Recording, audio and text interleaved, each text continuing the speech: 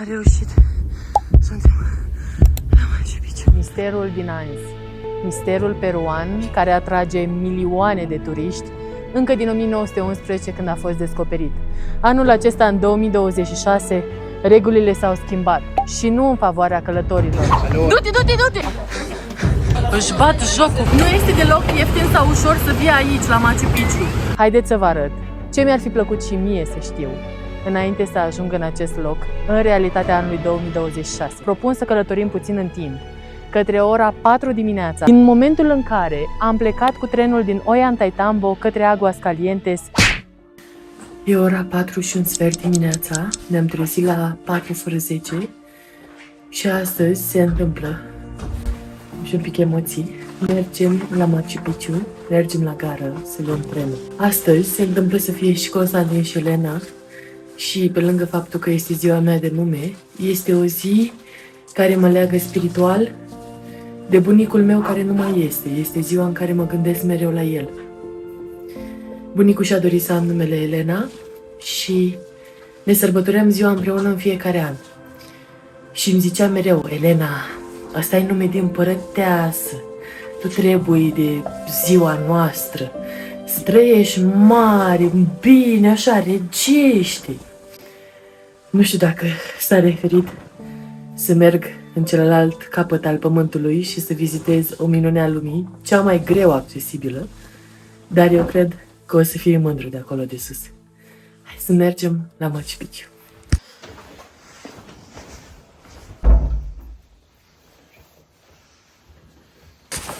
Mi-au dat mic dejun. Andrei, arată micul dejun. E și greu. Foarte greu. Acum mergem cu ei să ne ducă la tren. Am ajuns într-un tuk-tuk.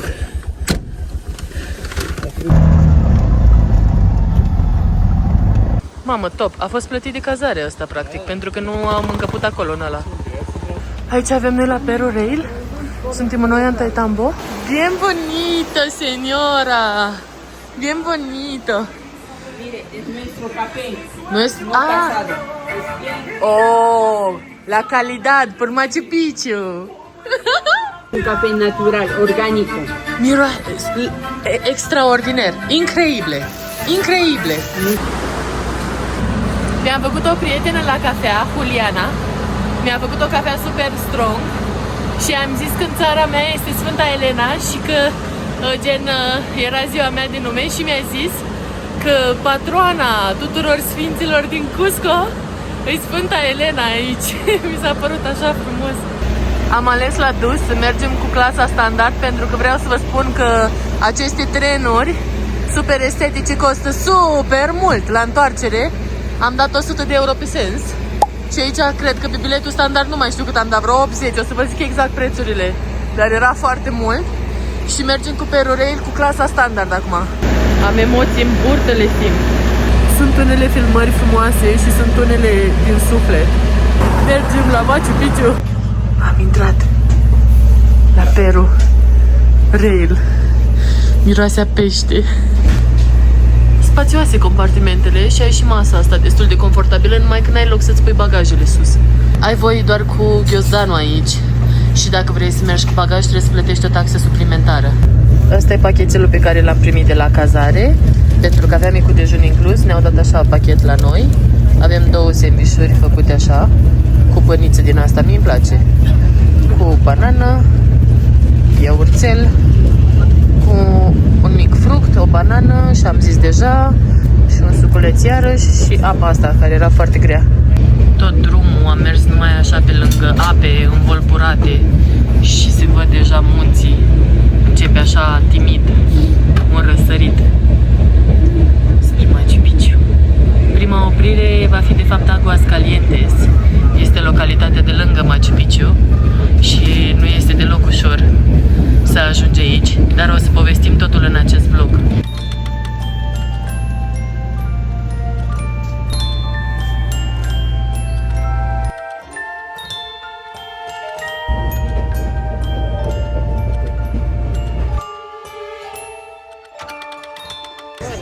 Du-te, du-te, du-te!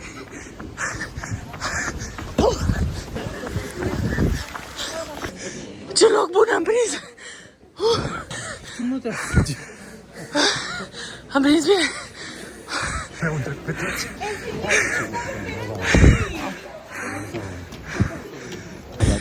Uitați-vă ce coadă s-a strâns. Deja în spatele nostru. Pentru că am fugit și noi ne-am uitat de dinainte. Unde e locația? A fugit Andrei.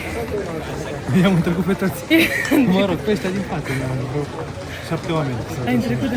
Am întrebat pe mare, puteam pe lângă ei, așa. Dacă știam să țineam eu bagajele. Nu, că cu bagajele m-am dus, nu are probleme. Suntem pe 21 mai, am venit să luăm bilete, este 6 dimineața. Deja au vândut tot, de pe 21 mai, 22 mai și pe 23 mai mai sunt doar 13 bilete, măi. Își bat joc cu vândutul biletelor, își bat joc de oameni. Foarte dezamăgitoare experiența, nu știu cum simți tu, dar mi se pare foarte de căcat. Adică au schimbat regula aia care chiar mergea cu 1000 de bilete vândute pe zi. Veneai și stăteai. În avans, cu 2-3 Acum zile având cu înainte. 2-3, trebuie să stai aici în Aguascalientes o săptămână în pana mea ca să vezi Machu Picchu. Și ca să prindem din februarie, nu? Noi de pe 20 februarie, noi avem bilet doar către ruta 1B pentru astăzi. Dar l-am cumpărat cu foarte mare dificultate. Nu mai era niciun bilet luat, niciun bilet disponibil pentru luna mai și a trebuit să mă conectez la VPN pe Peru ca să găsesc acum bilete. Deci pe 20 februarie, pe 21 mai am găsit doar la 1B, care este doar o imagine panoramică și voiam și noi să vedem Citadela. De asta stăteam la coadă aici, de asta ne-am trezit dimineața. Este extrem de dezamăgitor ceea ce au putut să facă aici la Machu Picchu. E pur și simplu jenant. Sunt așa de dezamăgită, nu știu ce făceam dacă nu aveam bilete. Cred că mă puneam aici în fund și plângeam. Trebuia să regândim toată vacanța, dar vă dați seama, avem cazări luate, avem excursii programate, avem și noi onorar, avem avion de prins în câteva zile, adică nu poți să stai aici 5 zile. Au schimbat anul acesta regula recent, în aprilie-mai, și practic atunci când se epuizează biletele, și bineînțeles că se epuizează, încep să vândă de următoarea zi. Ei, înainte, cu o zi înainte de a ajunge aici, aveai șansa să pună la vânzare 1000 de bilete. Repet, noi am mers și am rezervat de la ei de pe site pentru astăzi, 21 mai, la circuitul 1B, dar reprezintă doar fotografia clasică cu Machu Picchu, fără să putem vizita Citadela, pentru că nu mai era disponibil niciun alt traseu pe 20 și ceva februarie, când noi am făcut rezervarea. Și v-am zis, dacă nu mi-aș fi pus VPN-ul de Peru, nu aș fi putut să cumpăr. În februarie, la final, nu era pentru 20 și ceva mai. Cele mai populare circuite, 2B, 2A, cele prin care te plimbi efectiv prin Citadelă și ceea ce ne doream să facem, pentru că la 1B doar mergi și vezi de sus totul. Mă bucur că le avem, nu zic că nu, dar e dezamăgitor în sine pentru că te costă foarte mult să ajungi până aici și eu nu voiam doar o poză drăguță. Unde e cazarea? Hai să mergem la cazare. Da, pentru mâine nimic, nu, niciun alt bilet, am fi luat orice altceva, gen. Am fi luat orice, da. L-am fi luat încă o dată pe ăsta, dacă era. L-aș fi luat pe ăla care era mult de urcat, pe munte, de să merg sus pe munte. Dacă era tot pe care îl facem azi, încă o dată, l-am mai fi luat o dată pe ăsta, gen. Nu mai era nimic. Nu mai era nimic pentru mine. Deci nu era nimic pentru mâine și pentru data de 23, adică peste 2 zile, mai erau 20-30 de bilete. 60 erau. 60 când am venit noi, deci noi când am mers la coadă și ne-am pus și am fugit vai de capul nostru, noi prindeam bilete pentru data de 23. Dar gândiți-vă că oamenii din spatele nostru, care au venit la diferență de câteva minute de noi, Mai prind pe 23, clar. prind pe 24 și trebuie să stai aici, ajungi pe 21 dimineața, cu trenul de dimineață, dai în pana mea 300 de lei de persoană pe tren, ca să mergi cu un tren, 300 de lei ăla ieftin. 300 de lei ăla ieftinul. După aia, la întoarcere, am zis că ne luăm și noi bilet din ăla frumos și dăm 450 de lei de persoană la întors. Deci, numai biletele nenorocite de tren costă aproape 1000 de lei. Ca să ajungi la Machu Picchu din Aguascalientes, trebuie să iei mizerii din aia, tărtăcuță din aia mizerabilă. Și trebuie să stai și la aia o grămadă la coadă, pentru că ți se vând biletele la modul oricând pe perioada acelei zile, tu cumperi biletul și poți să mergi oricând în ziua aia și toată lumea se pune la coadă. Biletele în sine la Machu Picchu nu au fost foarte scumpe, au costat 200-300 de lei, o să vă zic exact prețul total. Dar chestia asta că vând biletele în avans, adică înainte se epuizau 1000 de bilete și asta era. Da. Nu mai vindeau altele. Acum stau și vând de pe zilele următoare, ceea ce te forțează să vii să stai aici, în Aguascalientes, care este un oraș foarte mic, nu ai ce să faci, în pana mea nu ai ce să faci aici. Un Herculane. Un Herculane, dar n-ai ce să faci aici, nu zic că e frumos, munțișorii, haha. Dar gen, ce poți să faci aici 4-5 zile, fratele meu, că n-ai ce să faci. Cum au gândit căcatul ăsta de regulă? Deci noi am ajuns până la cordonul acela să intrăm. Și acolo ți explica. Ne-a întrebat omul, ne-a întrebat pentru când. Și am zis pentru mâine. No. Ce am zis, dar pe 22 chiar nu mai aveți nimic? Noi deja ne consultasem și ne uitasem pe site-ul online, pentru că există un site unde poți să urmărești statusul biletelor și să vezi dacă se dau, câte mai sunt și așa mai departe. Văzusem că sunt 0. Dar știi cum e până la final la Esperanța? Hai mă, că poate să găsești un căcat de bilet, că sunt 1000 de bilete pe zi date spre vânzare. Și mi-a zis că nu. Și a zis, last tickets, domnișoară, vreți pe 23. Și noi, practic, atunci când am ajuns în față și puteam să cumpărăm biletele, eram ultimele bilete pe care le puteai cumpăra pentru data de 23, deci peste 2 zile, și nu aveai circuitul 2, ăla mișto, unde te plimbi prin Citadelă. Deci dacă vrei să-l vezi pe ăla, care se vinde cel mai repede, acum trebuie să vii cu 4-5 zile înainte. Și repet, nu este deloc ieftin. Oh, ce m-am enervat! Nu este deloc ieftin sau ușor să vii aici, la Machu Picchu. Adică înțeleg că sunt foarte mulți turiști, înțeleg toată ideea, dar mergea înainte, aveai o șansă reală. Aveai biletele de dinainte, puteai să cumperi cu o zi înainte, 1000 de bilete pentru Veneai la prima oră, adică stăteai la coadă, aveai o șansă să prinzi bilete. Acum așa, gata, acum nu mai e. pe toate în avans, îți bați joc de oameni, pentru că vorbisem cu oameni, păi Angel, vorbisem cu oameni acolo care erau din Singapore, Noua Zeelandă, veniseră de foarte departe. Când le-am zis eu că sunt din România, au tăcut din gură, că și-au dat seama că sunt și mai departe, suntem și mai departe noi. Și stăm și venim atâta drum, și atâtea drumuri, și aclimatizarea, și banii. Costă foarte mult totul aici, absolut totul. Este cel mai greu accesibilă. Cea mai greu accesibilă minune a lumii, este cea mai scumpă minune a lumii. Păi mă duc în Petra, în pana mea, o văd cu 300 de lei, văd și Petra și văd și toate siturile arheologice de banii ăștia. Mă duc la Coloseum, la fel, îl văd cu 150-200 de lei, adică își bat joc. Am ajuns la cazarea noastră. E drăguț aici în față. Putem să mergem să ne lăsăm bagajele eventual. Mergem să stăm un pic la o cafeluță aici, la Dolce Salado. Să știi că sucul ăsta de papaya este atât de dulce încât îmi vine să-l diluez cu apă. Ăsta e micul dejun, al meu este un avo toast, arată foarte bine. Da, și eu, nu îmi dai și mie avocado. Da. Andrei și-a luat ou cu bacon. Și lateul arată foarte frumos. Mi-a adus și Andreea lateul său să-l văd. După ce știi așa câte puțin din simbolistica locului, îți dai seama că oamenii ăștia trăiesc peste tot mânați de aceste 3 simboluri. Puma, lumea pământeană, de care v-am vorbit eu în vlogurile de la Valea Sacră, dar aici nu v-am spus. Mai este șarpele, care reprezintă lumea de underground, lumea de jos. Și cum se cheamă pasărea aia de sus? Condor. Și condorul, care reprezintă lumea de sus. Am avut ocazia să vedem 11 condori chiar în Valea Sacră și mie mi-a fost frică de toți. 11. Și dacă tot este Constantin și Elena, ne-am luat și 2 felii de cheesecake, care arată, să știți, demențial. Asta este cu caramel și asta este cu maracuia, fructul pasiunii, care îi place lui. Ce faci? Prăjitură nu. Deci nu pot să cred. Este colivă. Ce să face coliva? E fix același lucru. Mor. Care e mai dulce? Ce m-am speriat. Asta a mea e mai dulce. Asta a mea e mai dulce, da.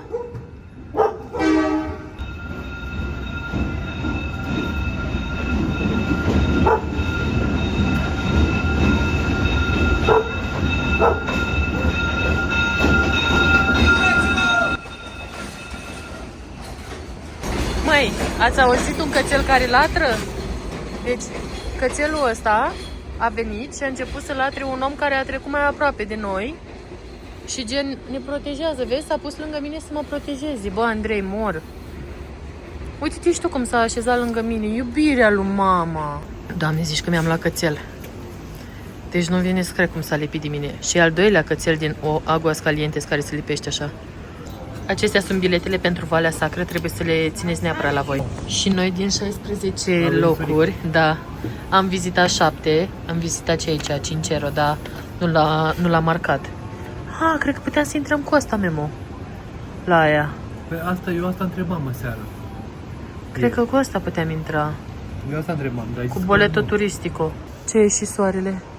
Mama a răsărit așa de după munte, îți dai seama, el era sus, săracul, de o grămadă de timp, dar până a ieșit de după munte... Ăsta te-a ales pe tine, cum au venit la negru la mine, ăsta, ursanul ăsta, au venit la tine direct.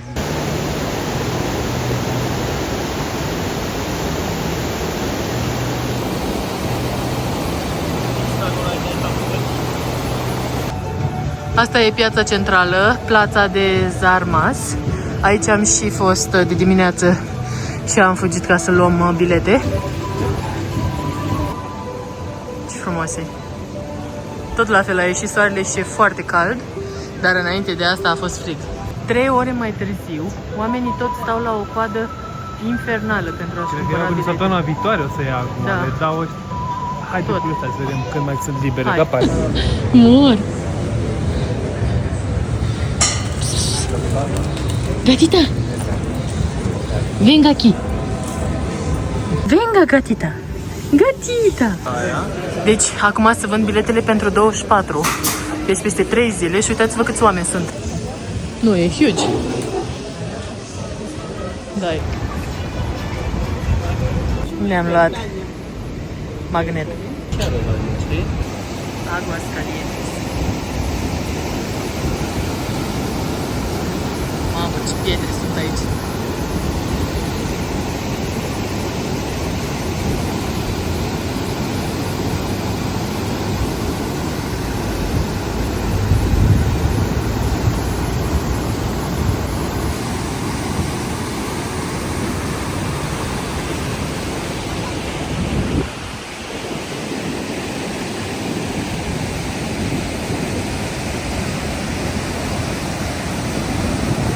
Hai, Andrei, că ne așteaptă Machu Picchu.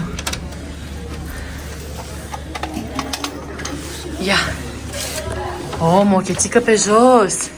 Bine ați venit 2005! Să ne descălțăm! Mochete și pe poze. Ce ești mochetă? Meci! Avem și ațe. Îmi place camera. Miroase foarte frumos. Ia să vedem. Că știu că era o priveliște faină. Uite ce frumos se vede. Opa! Nu cunosc. Ah, gata. Stați așa că reușesc. O, da. E o priveliște foarte frumoasă. Da. Dar putem ieși?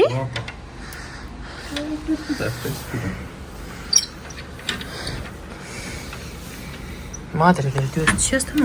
Nu cred că putem ieși. Nu putem ieși? E lacăt? Mor. E frumos. Ah! Deschizi geamul, dar stai să văd dacă...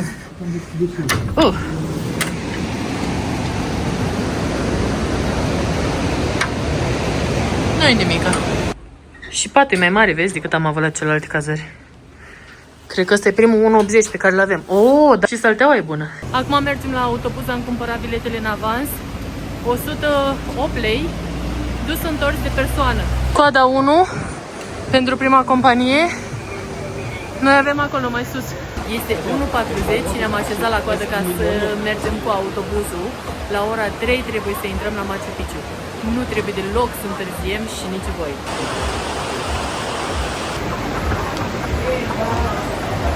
Bilete cu autobuze, cu o grămadă de cozi mari, nu prins. Comparativ cu, de exemplu, cu Petra. Cu marele zid chinezesc, am urcat în vârful muntelui Andrei. Am urcat cu o telecabină și am coborât pe un topogan. Mă rog, nu Cu asta e Coloseumul, mă refer cât sunt de facile celelalte și aici organizarea e deficitară, ăsta e adevărul. problema nu asta e. Problema e că nici nu prinzi bilet dacă vii aici. Adică și stai la o grămadă de cozi să nu prinzi bilet.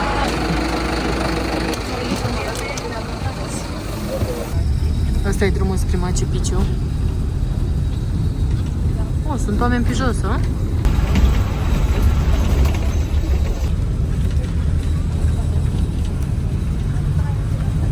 Doamne, Doamne, ce natură! Bună ziua!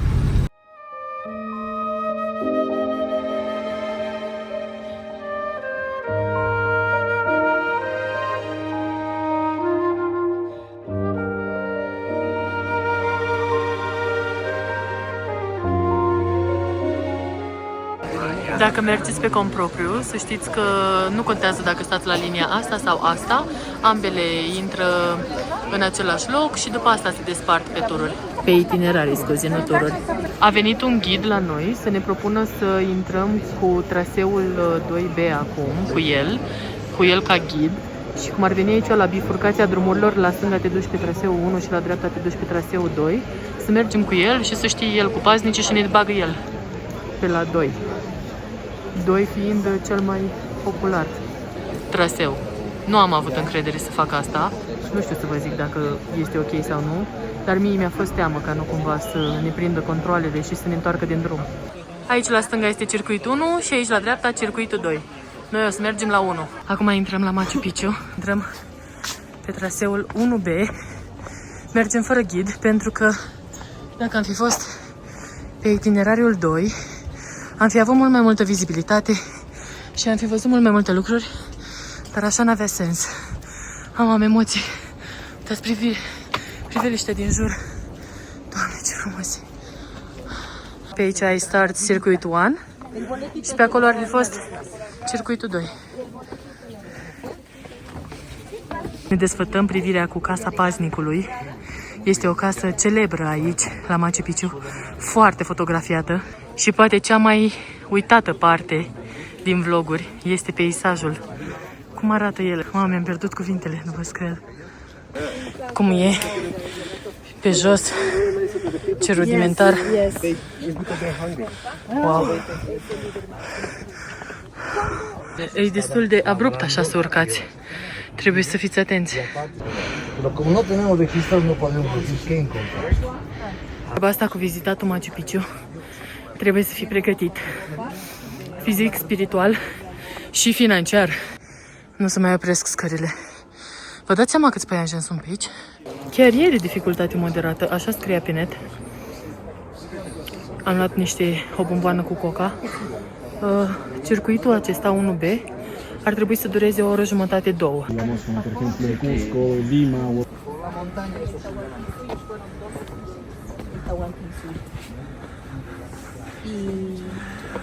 Cam așa e drumul spre circuitul 1. Vedem unde se bifurcă cu 1B, 1A, 1.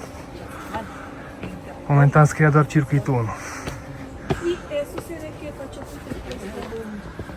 Traseul acesta 1B a fost făcut ca o măsură pentru a proteja Machu Picchu de valul uriaș de turiști și practic dus întors mergi prin acest drum foarte anevoios, prin savană, prin munte, fiind foarte cald și foarte multe trepte, credeți-mă. Simt fix ca Cristofor Columb, numai că mă doare în dreapta. Doamne, deci după atâtea nenorocite de trepte, că nu mai suport treptele, o să ajungi la un platou așa exotic. Doamne, ce frumos! Doamne! Și cu genul acesta de terase speciale, specifice. Nici mai pot să vorbesc.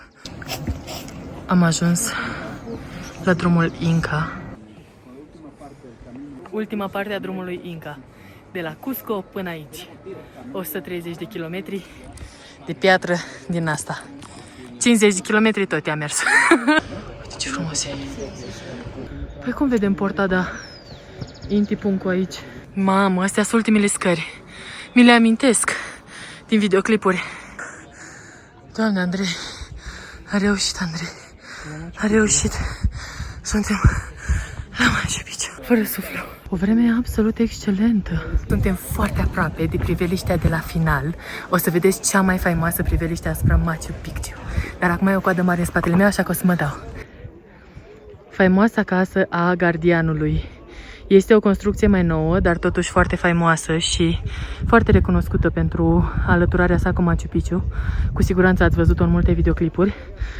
Reprezintă tot așa forma trapezoidală, care era preferată de incași în ingineria lor pentru a se adapta muntelui și pentru a supraviețui cât mai mult seismelor. Deși situația nu este ideală, nu poți atunci când ajungi la Machu Picchu să nu te oprești și să simți o liniște inexplicabilă. Am ajuns foarte greu la Machu Picchu, am făcut 36 de ore de la București până la Lima, după aia am luat un avion de la Lima până la Cusco. De la Cusco am luat un șofer privat care ne-a dus la Ollantaytambo. Ne-am aclimatizat, am trecut prin foarte multe. Am mers ulterior cu un tren exagerat de scump din punctul meu de vedere pentru ceea ce oferă turistic din Ollantaytambo până în Aguascalientes, ca mai apoi să luăm încă un autobuz care să ne aducă aici la Machu Picchu. Dar haideți să ne aruncăm un pic privirea în partea istorică a acestui loc. De ce este atât de important Machu Picchu pentru întreaga lume? În primul rând, sunt mai multe teorii referitoare la acest loc. Imperiul Incaș a fost unul dintre cele mai importante și puternice imperii din întreaga lume.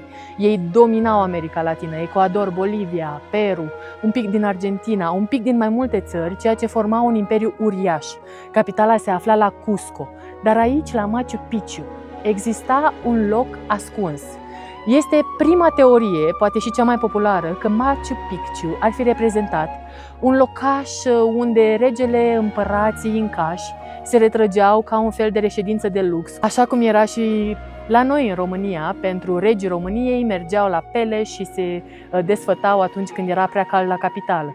Ceva de genul acesta era și aici la Machu Picchu, se considera că era casa de lux a împăraților, casa de iarnă mai mult. Era totul amenajat perfect, aveai terase, aveai palate, aveai teren agricol, aveai o grămadă de locuri și din acest motiv a fost considerat și una dintre cele mai puternice teorii este că acest loc a reprezentat o reședință regală. Cea de-a doua teorie, pentru că nu putem ști cu certitudine, este faptul că acest loc a reprezentat un centru spiritual astronomic. Este impresionant cum, așa cum a mers peste tot prin lume, pentru că știți că pasiunea noastră comună este istoria și mai ales istoria antică, și Machu Picchu nu face excepție de la regula aproape universală a construcțiilor vechi și impresionante, respectiv alinierea incredibilă, precizia cu astrele, cu soarele, cu stelele și cu solstițiile. Este un întreg spectacol oferit de natură și inclusiv templul soarelui, templul cel mai celebru, aș spune, din acest sit arheologic, din citadela Machu Picchu, este perfect aliniat cu soarele la răsărit. Cea de-a treia explicație, posibilă explicație, este faptul că acesta era un oraș secret. Aici intervine cumva elementul și ușor umoristic, pentru că localnicii, atunci când au venit conquistadorii spanioli și au doborât Imperiul Incaș, și nu o să intru mai mult în detalii pentru că am povestit mai multe în episoadele și vlogurile dedicate văii sacre, ei au nimicit multe dintre orașele Inca și au încercat să-și impună, bineînțeles, propria lor arhitectură spaniolă, bisericile, religia și tot. Totuși, acest sit arheologic, uriaș de altfel, poate chiar cel mai mare din Peru, a rămas complet neatins până în anul 1911, când a fost găsit într-un final de către un cercetător american. Totuși, localnicii, dar ei știau de locul acesta și ei veneau adesea, adică nu au făcut public acest lucru, dar ei știau de Machu Picchu, nu deau trâmbiță în Europa și în America, uitați ce avem noi în Peru, vizitau acest loc, se mai plimbau. Era foarte cunoscut printre localnici, numai că nu era cunoscut la nivel internațional. Tocmai de asta a fost numit și orașul pierdut al Inca, dar niciodată nu a fost pierdut în mod adevărat, a fost pierdut, să zicem, de restul lumii, dar niciodată de peruani, niciodată de strănepoții incașilor. Un alt detaliu interesant este numele și aș vrea să poposim un pic asupra lui. Machu Picchu, vârful bătrân. Machu Picchu, de fapt, reprezintă toată zona aceasta a citadelei de jos. Tot ceea ce vedeți în jos, dar mai este în spate un vârf care poate face tot șarmul acestui loc. Huayna Picchu.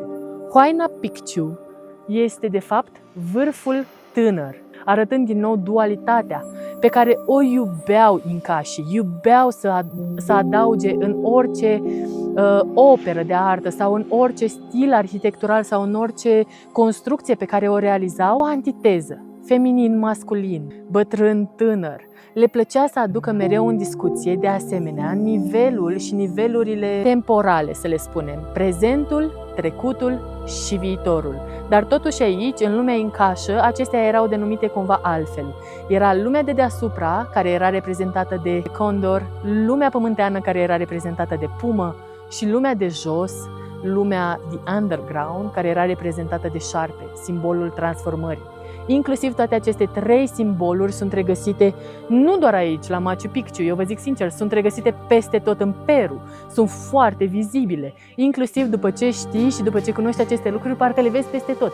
Vezi o mică fântână cu o pumă, vezi felinarele cu pume, vezi șarpele, vezi tablouri, sunt tot felul de simboluri și în continuare strănepoții incașilor respectă foarte mult acest lucru. Mulți dintre ei, mai ales în zona aceasta a Văii Sacre, se consideră în continuare incași, se consideră în continuare și respectă portul, tradițiile lor, vorbesc limba Quechua, se îmbracă în stilul lor specific, deosebit de frumos. Ne-a făcut foarte mare plăcere să-i admirăm. Machu Picchu este vizitată anual de milioane de turiști. Acest traseu a fost gândit ca un fel de alternativă. Machu Picchu, prin faptul că a fost atât de vizitat, din 1911 a crescut drastic numărul vizitatorilor, autoritățile au luat foarte multe măsuri, unele mai bune, unele mai puțin bune. Am vorbit deja dimineață despre problema biletelor și nu vreau să mai reiau pentru că simt așa o liniște și o pace, încât dacă mi-aș aminti de autoritățile din Aguascalientes și din regulile pe care le-au impus acum în aprilie-mai 2026, mă ia cu nervi și nu vreau să-mi stric momentul. Dar referitor la vizitarea acestui sit arheologic, aceste reguli și acest traseu alternativ prin pădure pe care l-am făcut și noi, 1B, a fost gândit în ideea de a vedea terasele superioare, ai o priveliște superbă asupra Machu Picchu, poți să vezi cu adevărat locul, poți să vezi cele mai bune locuri de fotografie, sunt foarte mult căutate, peisaj pe care nu poți să-l vezi dacă faci celelalte rute, 2B, 2A, cele mai populare dintre toate. Dar este un mic catch aici. Singurul minus și motivul pentru care noi am stat de dimineață și am vrut să luăm biletele și de ce am fugit de dimineață și am fost atât de supărați era pentru că știți că noi suntem pasionați de istorie și ne-am fi dorit foarte mult să facem unul dintre traseele care ne permitea să mergem să vizităm Citadela. Acest lucru nu a fost posibil, să vizităm doar noi Citadela sau să mergem cu unul dintre traseele 2A, 2B, care sunt cele mai populare, pentru că, după cum știți, sunt vândute acum cu mult timp înainte și nu mai poți, nu mai este ca acum 2-3 luni când puteai să-ți cumperi bilete, să ai șansa la 1000 de bilete vândute cu o zi înainte. Machu Picchu pentru noi ar fi reprezentat foarte mult să putem merge și să ne plimbăm prin toate acele terase și să vedem toate acele temple și toate acele căsuțe care au fost construite cu o precizie magnifică, inginerească de către incași. Poate acesta este și cel mai impresionant lucru și lucru care îți gâdilă creierul când stai să te gândești, dar de unde au luat toate pietrele alea? Pentru că, vedeți, nu sunt pietre specifice din acest loc. Nu aveau mortar, nu aveau instrumentele europene civilizate și avansate. Totuși, incașii au reușit să construiască niște pietre pe care le-au potrivit perfect într-un puzzle care rezistă dovezii timpului. Acest loc, fără să fie îngrijit de autorități, care a fost fondat, a fost construit încă din secolul XV și până în 1911 când a fost găsit, a rezistat singur, dovadă timpului și deși zona este supusă la foarte multe cutremure, la foarte multe șocuri seismice, Machu Picchu a rezistat într-un mod onorabil datorită invenției inginerești extraordinare a incașilor. Aceștia, v-am mai explicat și în vlogurile anterioare, dar poate nu le-ați văzut, cum să explic eu? Ferchezuiau foarte bine fiecare pietricică, fiecare bloc. Putea să fie și un bloc, nu știu, de 10 tone și se asigurau că intra într-un puzzle perfect cu celelalte. Atunci când este cu tremurul, pentru că nu are mortar între elementele puzzle-ului, respectiv între elementele, pietrele care compun clădirile, zidurile și celelalte, ele doar se deplasează un pic în față, un pic în spate și se întorc la locul lor. Acest lucru, de fapt, a protejat Machu Picchu, a protejat casele incașilor, ne-a oferit nouă, în anul 2026, posibilitatea să ne plimbăm în sate precum Ollantaytambo, care este una dintre opririle, din punctul meu de vedere, de neratat și că ajungeți în Peru. Vă rog, și cred că asta este cea mai mare recomandare pe care vă pot face. Nu vă opriți doar la Machu Picchu, nu fugiți repede către această destinație.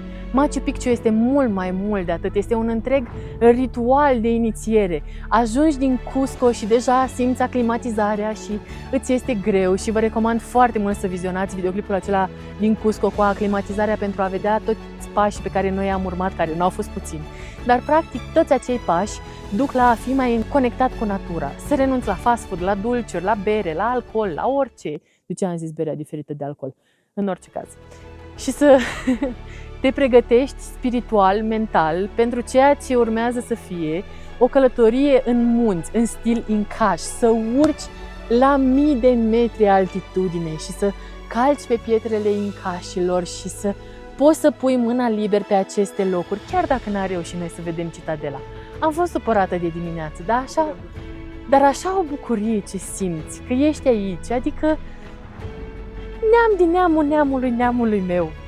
Nici nu s-a gândit, nu s-au gândit că o să ajungem aici, dar am ajuns și am reușit să facem acest lucru și eu zic că o să puteți și voi, pe cont propriu. Peru este o țară sigură, vă documentați înainte, călătoriți într-un mod responsabil, nu purtați bijouri, nu vă îmbrăcați într-un mod ostentativ și veți avea toate șansele să aveți o călătorie sigură. Am zis și eu așa un pic mai fancy, mai cochet bijouri. Andrei zicea să vă zic bijuterii. Hai să vă mai arăt un pic din traseul 1B și sper că vă plac imaginile acestea de la Machu Picchu, chiar dacă sunt puțin diferite de ceea ce ați văzut până acum, dar bucuria și emoția și încântarea sunt reale. Machu Picchu se închide la ora 5, este ora 5, fără 10. Avem de coborât prin savana aia nenorocită, dar nu-i nimic, a fost foarte frumos. Mi-a plăcut intervalul ăsta de la 3, nu că am avut de ales, adică nu mai erau alte locuri. Sper că v-a plăcut vizita noastră la Machu Picchu, sper că a fost drăguță, că v-au plăcut lamele, alpaca și informațiile. Am făcut asta totul fără ghid, fără agenții, fără nimeni. Noi doi and el internet.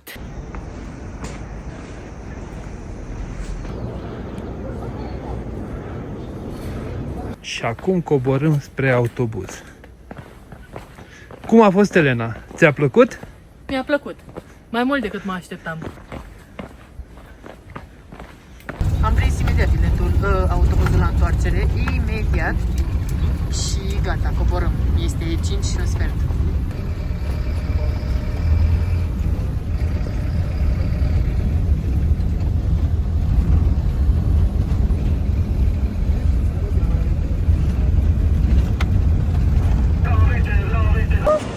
Nu-l recunosc eu! Puiul meu! Puiul meu! Nu-l recunosc eu! E cățelul de dimineață! Ce, mama? Ce, puiule, mă? Ce? Mă, tu ești o pisică, mă! Mă, tu ești o pisică, mă! Mă, pisoiule! Mă, pisoiule! Bă, drăgoștenie! Avem parte de unul dintre cele mai frumoase locuri unde să luăm cina aici, în Aguascalientes. Este chiar în centru, e foarte aproape de cazarea noastră și avem o masă chiar la pârâu aici. Îți place? Și mie. Și eu sper. Bă, lăsați-mă hamsteri în pace, mă. Zici că e pe pachetul de țigări, știi, când îți arată că mori dacă mai fumezi, știi, așa e.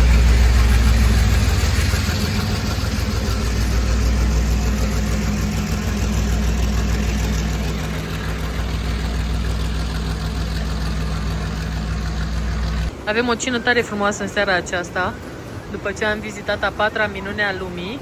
Andrei și-a luat hamburghesa de pollo, de puiuți, cu niște vinagretă de avocado, pentru că ne place, v-am zis, avocado în țara aceasta. Este spectacol. Și eu mi-am luat o vită care este gătită excelent, vedeți, deja am gustat-o. Este muy juicy. Aici am mâncat și a fost foarte bună mâncarea și super priveliștea.